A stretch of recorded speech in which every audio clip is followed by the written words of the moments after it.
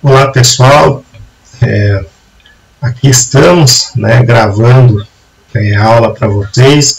Como a gente falou na semana passada, é algo novo, inusitado, mas algo necessário aí para o bem de todos vocês, para o bem da instituição, para o nossa saúde, né? Então a gente está aí fazendo essa adequação. Eu sei que vocês estão aí no primeiro período, começando a faculdade, já estão enfrentando uma situação como essa, uma situação nova, né? Eu vou dar um exemplo, eu dou aula aí há quase 7 anos e nunca passei por algo parecido, então a gente está aí se adequando, né? Se adequando, e como a gente falou na semana passada, é algo transitório, algo temporário, né? E algo pensado aí para que nenhum de vocês tenha algum prejuízo ou tenha algum problema com relação, né, ao cronograma normal da universidade. Então nós estamos fazendo aí essas aulas gravadas.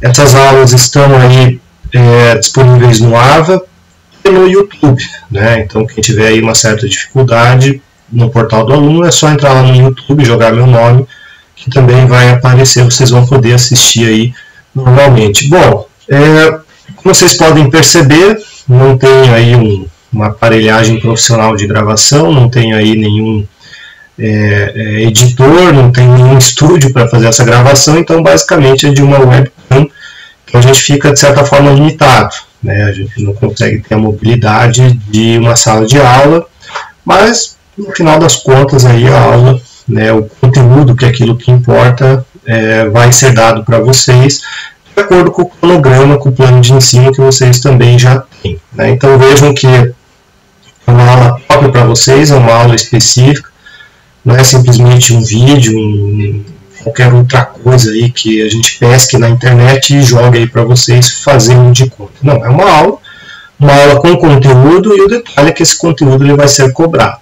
né? Então fiquem atentos aí que tudo que está sendo dito, todo esse material, ele vai ser objeto de avaliação, seja numa prova bimestral, se for possível, né? A gente já entra aí nessa questão de se possível ou não, né? Tudo está muito incerto, mas também a questão de avaliação também via remota. Então o que acontece? Essa semana ainda não, é mais uma semana de adaptação para vocês poderem aí se ambientar com o sistema, mas a partir da semana que vem, cada dia de aula, ou seja, cada vídeo, né, vou fazer um vídeo por aula, cada dia de aula, cada aula, eu vou lançar ao longo aí da aula, né, ao longo da exposição, eu vou lançar uma questão, né, um ponto aí para vocês responderem para mim. Então, essa resposta individual de cada um vai valer aí uma nota parcial, e cada semana uma avaliação, cada semana uma nota. No final do bimestre, isso aí vai ser considerado para fins de média geral, né? Então, se não tiver prova bimestral, a gente vai usar só isso como critério de avaliação. Fiquem atentos, isso semana que vem. Essa semana a gente ainda vai fazer só a aula expositiva sem esse questionamento, para vocês poderem aí adaptar a rotina de cada um. Bom, qual é o ponto? Cada aula também será acompanhada de um slide. Esse slide vai estar disponível aí para vocês fazerem o download, né? Então, acaba auxiliando. A aula em si também eu vou estruturar aí nesses slides, né? Só eu falando aqui mais de meia hora, vocês vão certamente aí vão achar bem ruim, né? Então, o que eu vou fazer? Eu já vou sequenciar o slide, a gente vai comentando em cima desses slides, torna um pouco mais visual o aprendizado de vocês, e aí eu vou narrando, vou trazendo aí as situações em cima de cada qual. Bom, vamos dar sequência nesse sentido. Espero, né, e fico no aguardo também de comentários, se está muito ruim, se está muito bom, se poderia ser melhor, enfim, né, eu fico aí sempre à disposição de vocês para melhorar, né, uma experiência nova para vocês, para mim. Então a gente vai ajustando semana após semana, e espero aí que logo a gente tenha aí um formato que agrade todos vocês. Bom, vamos lá. A aula de hoje, ela vai trazer aí um conteúdo econômico bastante básico, né, algumas noções básicas aí da questão da economia, né? Então, lembrando, a gente vem estabelecendo, né, alguns conceitos básicos, algumas noções aí da relação do Estado e da economia. A gente já viu nas últimas 2 aulas a evolução histórica do Estado econômico, né, do Estado moderno, na ótica da economia. Então, a gente viu aí os principais pensadores, e na última aula a gente viu os elementos aí que caracterizam esse Estado atual, né, um Estado aí neoliberal, enfim, um Estado capitalista. E agora, né, a gente vai avançar aí no nosso conteúdo trazendo alguns conceitos básicos das ciências econômicas propriamente dita, né? A gente vai, dentro da nossa ementa, dentro do nosso plano de ensino, né, faz parte, a gente precisa trazer algumas noções, ainda que bastante básicas, né, principalmente para aqueles que já trabalham, para aqueles que já estão aí no mercado. Quem sabe alguns de vocês têm empresa. Então, são situações aí que a gente trata como bastante simples, mas que são necessárias, né? A gente sabe que todo conhecimento, alguma hora ele se tornar simples, significa que você já assumiu, né, já estudou o suficiente para depois ele ser simples. Mas antes de você fazer essa leitura, a primeira leitura não foi tão simples assim. É o que a gente vai fazer hoje, trazer aí um conceito básico, né, de economia, fazendo aí aquela situação acerca dos recursos econômicos e os processos de produção. O que acontece, né? A gente sabe que os recursos naturais ou a produção econômica, eles são limitados, são escassos. A gente já falou isso no conceito da disciplina. Agora, tudo aquilo que a economia, né, prestigia, as categorias básicas aí dos fluxos econômicos, tratam da questão da produção, ou seja, de tornar algo, né, materialmente aí, avaliável, de tornar algo próprio para a atividade econômica, aquilo ter valor econômico, né? Então, esse processo de produção vai transformar, na maioria das vezes, algo em um objeto ou um bem passível de valoração e automaticamente passível de transferência, né, ou seja, de comercialização. E aí vem a questão própria da economia. De uma certa maneira, o que a gente faz no sentido profissional é para isso, né, para maximizar aí aquilo que a gente tem de melhor e criar, né, um bem passível aí de comercialização. Então, veja, esse processo de produção próprio da atividade econômica, ele vai ter aí a mobilização basicamente de 5 recursos, né? Então, o primeiro é a questão das reservas naturais, né? Então, a questão da natureza, né? Os bens aí passíveis de serem transformados, de serem aí colocados, né, a partir de uma aplicação de uma atividade humana, que é o segundo fator. Vejam, essas reservas naturais, né, podem ser os minérios, podem ser aí qualquer elemento da natureza, eles vão ser transformados, né, os recursos humanos aí pelo trabalho vão ser transformados em bens aí passíveis de comercialização, ou seja, o capital que, aliado à tecnologia, né, hoje em dia praticamente tudo é transformado por um processo tecnológico, organizado a partir aí de uma entidade empresarial, né? Então a empresa vai organizar esse fluxo, né, esses fatores de produção, a fim de que eles se organizem e sejam alocados da melhor maneira possível, né? Então esses bens de produção aí, esse fluxo econômico de produção, ele tem uma preponderância, né, da questão das reservas naturais, né, porque a reserva natural é a base sobre a qual todos os demais vão estar aí sustentados, né? Então nós temos aí esse cuidado, essa consciência atual de como é importante manter, né, esses recursos naturais equilibrados e sustentáveis, ou seja, esses recursos eles podem, são explorados, mas não de uma maneira livre e desimpedida aí de qualquer cuidado para, né, as futuras gerações. Então nós temos aí o campo do direito.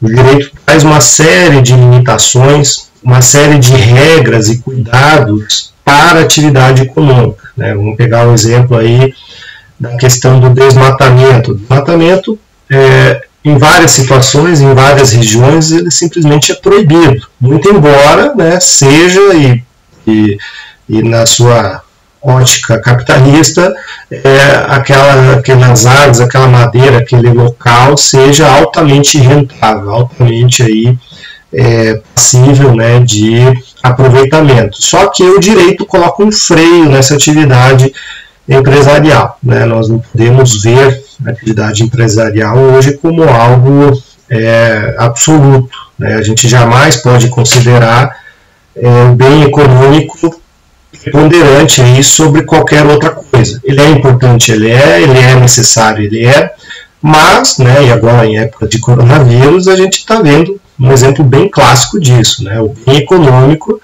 ele é limitado e ele é adequado a uma realidade social. Então, se a saúde deve preponderar, o bem econômico, a atividade empresarial, ela deve ser ajustada a essa realidade. Então, o direito tem esse papel muito importante, né? Esse papel muito importante de colocar aí um certo freio, né? Um certo cuidado, pensando nas gerações futuras. Tanto que, naquilo que a gente já viu na aula passada, nós temos os direitos de terceira geração, uma classificação aí do direito, né, de primeira, segunda, terceira geração. O direito coloca, né, a questão do meio ambiente equilibrado, a questão da sustentabilidade, como uma dimensão específica a ser protegida, né, e esse direito ao meio ambiente equilibrado é algo que foi uma conquista da sociedade, especialmente aí a partir dos anos 80, quando se começou a ter uma consciência do meio ambiente e que o mundo não poderia caminhar do jeito que estava caminhando ou está caminhando livremente. Então nós temos aí a importância do direito em cima desses fatores, desse fluxo econômico aí que vão resultar nos bens. Mas de uma maneira geral, o trabalho, né, aí, ele é incentivado, né, e ele tem essa necessidade de movimentar a economia. Então nós temos que esses bens de trabalho, esse fluxo de produção, ele tem aí o trabalho como algo incentivado também pelo direito. Então veja, enquanto que de um lado o direito limita, do outro lado o direito também vai incentivar. Então nós temos, né, vamos imaginar aí já no artigo 6º da nossa Constituição, nós temos uma disposição específica lá sobre o trabalho. O artigo 7º, né, vai trazer todos os direitos inerentes ao trabalhador. Então, esse trabalho é quem vai movimentar todo esse fluxo econômico aí. Ele, óbvio, é construído pela parcela da população economicamente ativa, né, aquela faixa etária que está habilitada aí, e por fatores de qualificação e também de físicos, né, para atuar. Essa população economicamente aí vai constituir, né, e vai movimentar esse fluxo de produção, né? Então essa produção aí é que vai movimentar a economia, vai fazer circular riqueza e vai resultar em renda, né, e desenvolvimento social e pessoal de cada um. Bom, pessoal, vou fazer uma pequena pausa aqui só para deixar um recado. Vocês são totalmente livres aí para fazer qualquer comentário, qualquer sugestão para fins de aprimorar aí o nosso estudo. Tá? Então, fiquei com dúvidas disso, fiquei com dúvidas daquilo, preciso de alguma explicação adicional em determinado ponto, podem fazê-lo. Eu não estou ao vivo aí com vocês para responder essas dúvidas, mas de uma maneira geral vocês fazem isso por meio do fórum aí do portal. Então fiquem à vontade, não se sintam aí constrangidos. Bom, seguindo aqui nos slides, a gente entra num outro item que é a sequência do primeiro, sobre a questão dos agentes econômicos, né? Então vejam, as pessoas, né,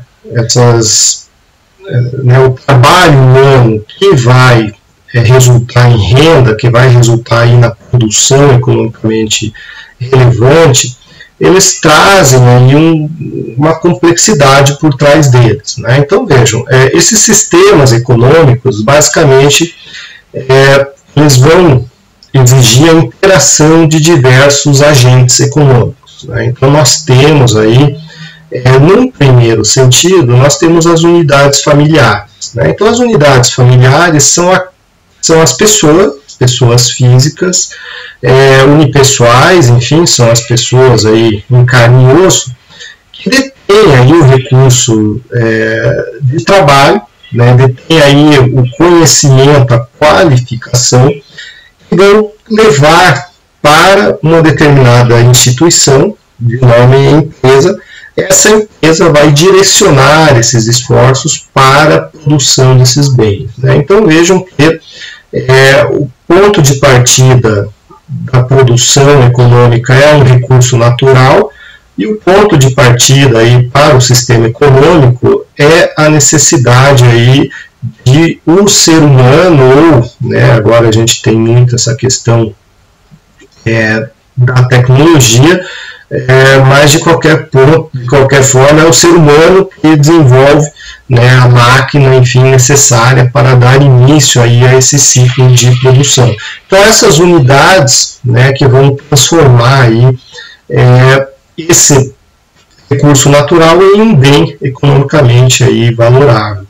Essas empresas têm um aspecto, né, tem aí a principal característica, essa interatividade, pegar esse recurso humano, colocar em contato com esse recurso natural e fazer com que aquilo seja produzido, né, seja desenvolvido algo, ou tecnicamente um bem aí, valorável e que tenha relevância econômica para fins de comercialização, né? Então esse complexo processo, né, de entrada e saída que vai ser organizado por uma instituição, né, um agente econômico chamado empresa. O que é uma empresa, né, para o direito? A empresa é uma ficção jurídica, né? É algo que você não pode, tecnicamente falando, você não pode pegar, né? Diferente de uma pessoa de carne e osso que você pega, né, e um contato tangível, uma empresa não. A empresa é uma criação do direito, né? A empresa é uma pessoa, mas é uma pessoa jurídica, ou seja, é uma pessoa criada pelo direito especificamente para fins de movimentação aí da produção econômica, né? Então veja que a empresa é uma ficção jurídica, é algo que o direito criou para poder permitir o desenvolvimento econômico, né? Então a empresa, ela tem essa peculiaridade, ela é constituída no direito, ela ganha um registro, mas em razão do direito. E essa empresa, ela possui os seus sócios necessários que vão comandar aquela pessoa jurídica. Mas a empresa, a dívida é da empresa, o débito é da empresa, o contrato é com a empresa, as relações são com a empresa, né? Então, os sócios representam essa empresa. Então, se a empresa, por exemplo, não paga um imposto, quem deve é a empresa, não é o sócio da empresa, claro, tirando algumas exceções aí de fraude, simulação e tudo mais. Mas, numa regra geral e tudo mais, a empresa que responde. Então, a empresa é alguém separada da figura dos sócios, né? É uma pessoa com personalidade jurídica própria. Então, essa empresa tem esse papel importante aí de permitir essa interação entre os diversos agentes. E aí, por cima, né, das empresas e das unidades familiares, nós temos o governo, né, o Estado brasileiro, não só brasileiro, óbvio, o Estado como um todo, e tem como fundamento principal permitir que essas instituições, empresas e unidades familiares se interajam no sentido de produzir bens, mas além de permitir, significa criar possibilidades, significa estipular aí condições de segurança, de estrutura, de infraestrutura, de acesso e tudo mais. O governo tem um outro papel bastante relevante, aquilo que a gente já viu nas duas aulas anteriores, que diz respeito aí à regulação, né, à estipulação de limites. Então hoje ninguém é livre para fazer qualquer coisa do jeito que quiser. Não. O governo tem esse papel importante, né, indiscutível de criar limites para a produção empresarial. Como se cria esse limite? Por meio de leis, né? Então, as leis e aí o papel do direito surge com uma relevância bastante importante. É o direito que criará aí esses limites. E em caso de desrespeito a esses limites, surge o governo, o Estado novamente, com a possibilidade aí de aplicação de sanções, de penalidades, né? Então nós temos aí as multas, de modo geral, para as empresas que descumprem as legislações, e essas multas, dependendo da gravidade, elas têm um valor econômico bastante alto, e no extremo existe até a possibilidade do Estado impedir o funcionamento de uma empresa que não segue aí o preceito estabelecido pelo direito, né? Então esses três institutos, esses agentes econômicos aí interagem, né, diariamente numa complexidade de movimentos.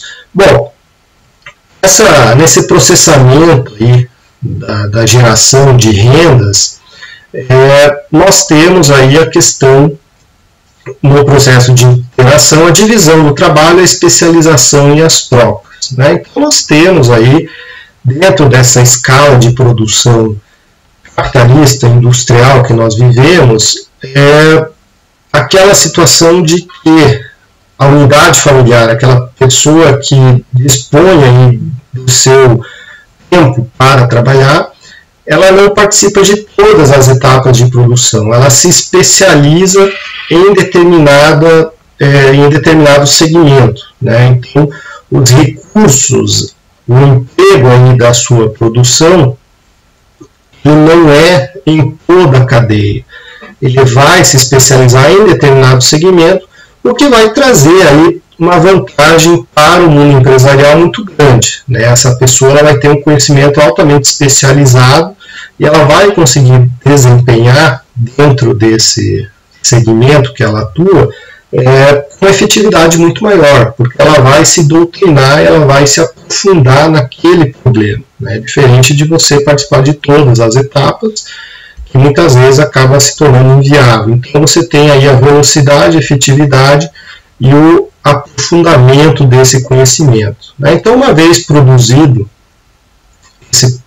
esse bem, enfim, essa situação, surge aí a questão das trocas, né? Uma vez que você realizou esse produto, uma vez que ele está consolidado, você vai colocar esse produto no mercado e aí você vai promover aquilo que a economia chama de troca indireta, né? Ou seja, você vai utilizar e vai colocar isso no mercado em troca de dinheiro, né? Em troca aí de um valor monetário.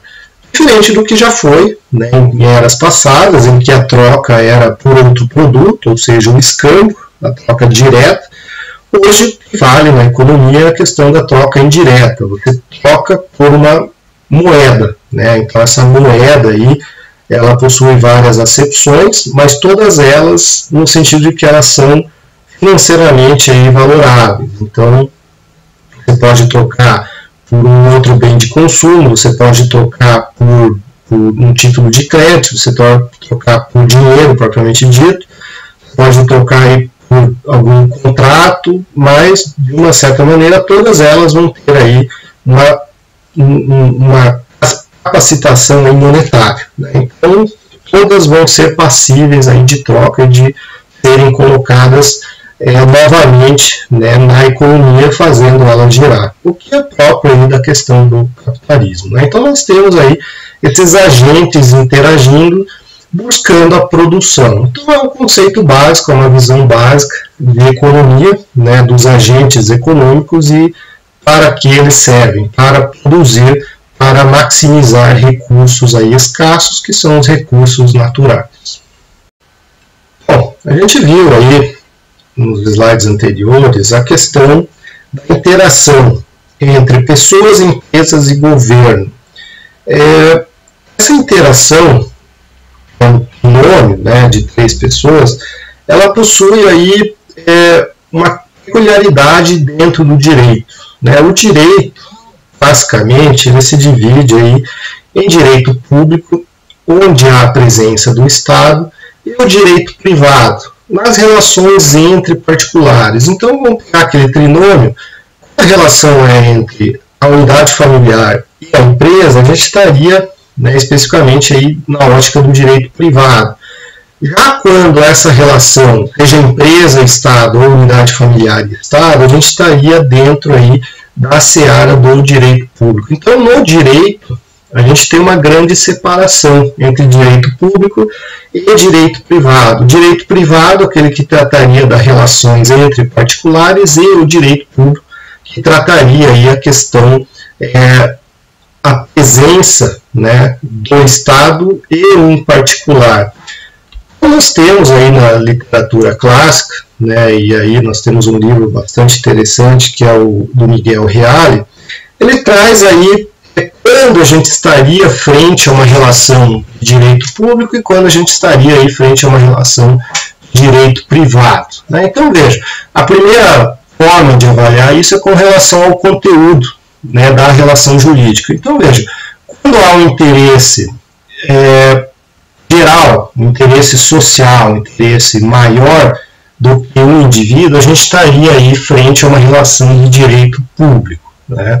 Já quando o interesse que prevalece é o interesse particular, né, aquilo privado, o interesse de cada um, seria uma relação aí de direito privado, né? Então a primeira forma de avaliação seria com relação ao conteúdo. Já a segunda forma de relação, a segunda forma de distinção é com relação à forma de relação.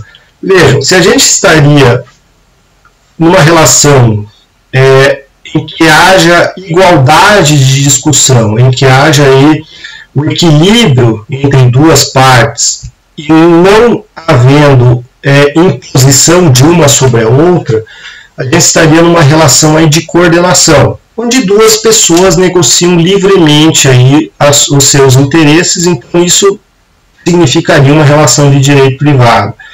Já quando há uma relação de imposição, de subordinação de um agente sobre o outro, a gente estaria aí sim frente à questão do direito público, né? Então nós temos aí, próprio do direito público, dentro dessa acepção aqui do Miguel Reale, a presença do Estado. Quando a gente verifica a presença do Estado, ele tem um interesse social, uma visão geral, e ele realiza uma relação de subordinação, já que o Estado é aquele que dita as regras, é aquele que impõe aí como uma determinada empresa deve, uma determinada pessoa deve seguir. Só que vejam, essa ideia de que quando o Estado está envolvido há uma relação aí de direito público, enquanto que só os particulares estejam negociando seria um direito privado, ela não é mais possível de ser totalmente separada nesse momento atual do direito, né? Porque o interesse do Estado, o interesse coletivo, ele vai estar presente tanto no direito público, óbvio, com uma força muito grande, mas também nas relações de direito privado.